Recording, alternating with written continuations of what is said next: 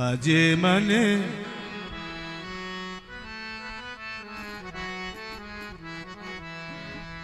भजे मने प्रभु जी को प्यारो नाम। भजे मने से राम नाम के प्रभाव को भोलेनाथ जानते हैं, इसलिए कालकूट फल दीन अमी को, कालकूट जो विष था उसने अमी माने अमृत का फल प्रदान कर दिया।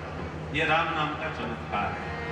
ऐसे राम नाम के परम रसिक भगवान भोलेनाथ हैं। और आप जिन्होंने केवल ये जान लिया कि सती जी ने सीता जी का स्वरूप बनाया है राम जी की परीक्षा लेने के लिए, बस जहां पता लगा तो भोले बाबा ने कहा कि मेरी माँ का स्वरूप धारण किया है देवी आपने, अब इस तन से आपसे हमारी भेंट कभी नहीं होगी। और हमेशा के लिए सती जी को त्याग दिया। सती जी को शरीर त्याग करके दूसरे जन्म में हिमाचल पुत्री पार्वती के रूप में जन्म लेना पड़ा, तब भोले बाबा ने उन्हें अपनाया। अब इसी से जान लीजिए भोले बाबा कितने अनन्य राम भक्त हैं।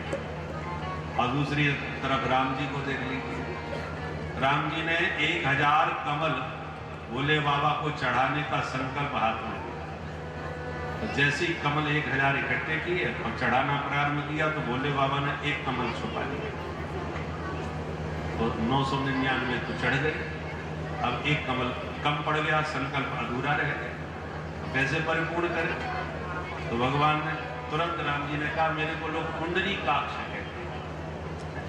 अपवित्रः पवित्रो वा सर्वावस्थांगतोऽपि वा यस्मरेत् पुंडरीकाक्षं स बाह्याभ्यन्तरस्सुचि। पुंडरीकाक्ष भगवान श्री हरि का जो स्मरण करते हैं उनका हृदय भीतर का और बाहर से सब प्रकार से वो परम पवित्र हो जाते हैं। इसलिए हर पूजा पाठ में सबसे पहले यही मंत्र बोला जाता है। तो राम जी ने तुरंत मान लेके अपने नेत्र निकाल करके चढ़ाने का प्रयास किया। जैसी नेत्र में अपना बाण डालना चाहते थे तुरंत भोले बाबा ने हाथ पकड़ लिया। वाह प्रभु, आप जैसा मेरा अनन्य भक्त कोई दूसरा हो ही नहीं सकता। ऐसे अनन्य भोलेनाथ के परम भक्त हमारे राम जी हैं। राम जी ने लंका पर विजय पाने से पूर्व सबसे पहले रामेश्वरम के रूप में भोले बाबा की प्राण प्रतिष्ठा करी, नाम दिया रामेश्वरम। भक्तों ने पूछ दिया अर्थ भी बता दो महाराज। राम जी ने कहा सीधा सा अर्थ है रामस्य ईश्वरः रामेश्वरः, मुझ राम का जो ईश्वर है उसका नाम है रामेश्वर। भोले बाबा प्रकट हो गए। भक्तों ने कहा सरकार आपको रामेश्वर नाम मिला है, एक नया नाम, आप इसे स्वीकार करते हैं? आप भी इसका अर्थ अपने ढंग से कीजिए। भोले बाबा ने कहा नाम तो मेरा सही है पर राम जी ने जो अर्थ किया है वो सही है, तो आप बताइए आप इस रामेश्वर का क्या अर्थ करेंगे? तो भोले बाबा समास बदल के बोले रामः ईश्वरो यस्य स रामेश्वरः। राम है ईश्वर जिनके, उनका नाम है रामेश्वर। अर्थात भोले बाबा ने अर्थ किया है राम जी हैं मेरे ईश्वर, और राम जी ने अर्थ किया है राम जी के हैं जो ईश्वर, उनका नाम है रामेश्वर। तो इस प्रकार से दोनों एक दूसरे को महत्व देते हैं।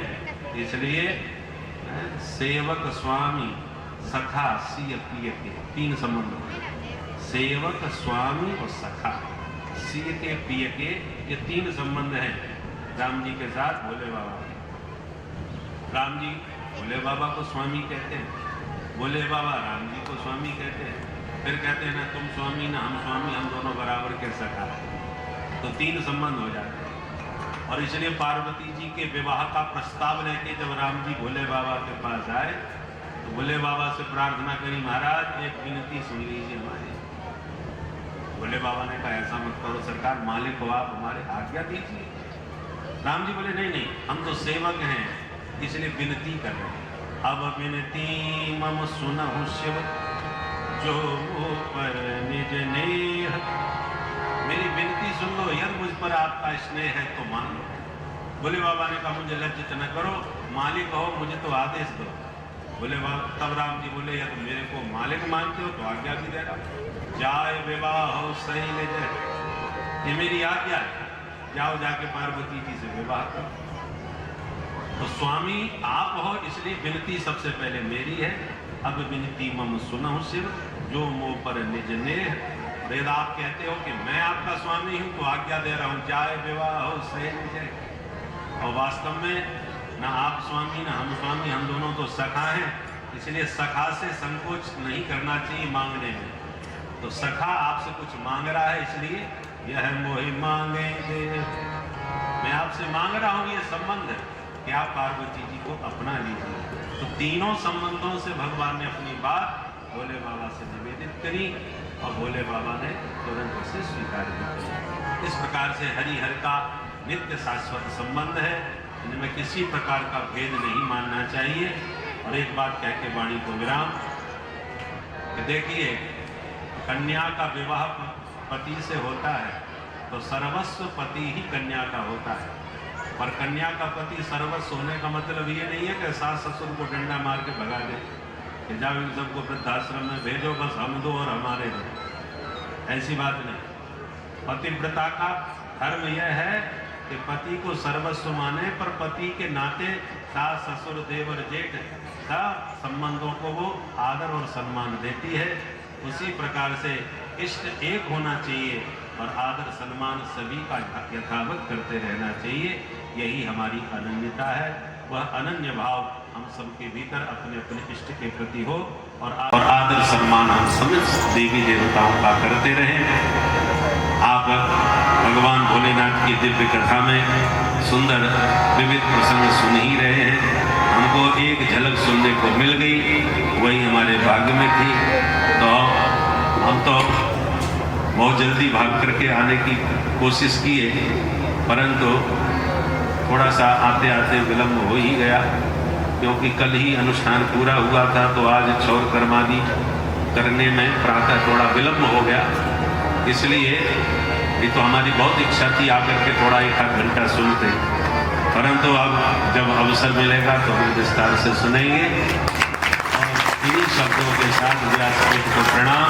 आप सबको बहुत बहुत शुभकामनाएं। बोल भक्तवत्सल भगवान की।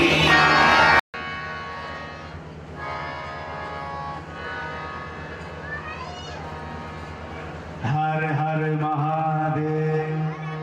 बहुत अच्छे आपने अपने मुखारविंद के अर्पण करके हम सबको पवित्र कर दिए।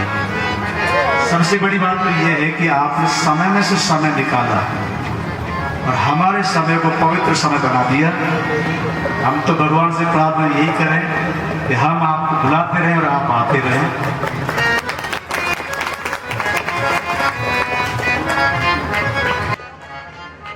और हमने नदवे में भी आपको कहा था कि जल्दी एक समय ऐसा आएगा, कथा आप बरोबर एक कथा हम करेंगे। कहा था आपसे हमने एक जगह दो कथा एक साथ होंगी, जो एक कथा आप बरोबर एक कथा हम करेंगे। वो इंतजार एक साल का हम देखेंगे। वो इंतजार हमारा पूरा हो, उसके लिए भी आपसे हम आशीर्वाद चाहते हैं। इसी शब्दों के साथ अब हम नीचे आ जाए। वैसे आपको पता है कि हम उत्तरती मौन हो जाते हैं, पर आज स्वयं परमात्मा ही पधारे हैं। तो आज हम जब तक ये रहेंगे तब तक मौन नहीं रखेंगे। इनके जाने के बाद मौन रखेंगे। फिर मौन रख लेंगे तो फिर आपके भाव हम कैसे जान पाएंगे। तो आज हम जब तक मौन नहीं रखेंगे जब तक आपका आशीर्वाद हमें मिलता रहेगा।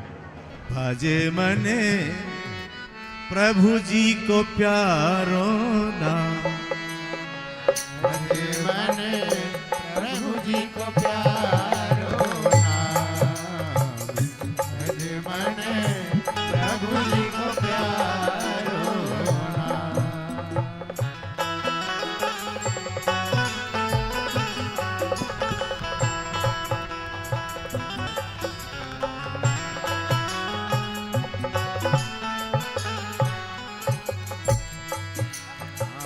भजले प्रभु जी को प्यारो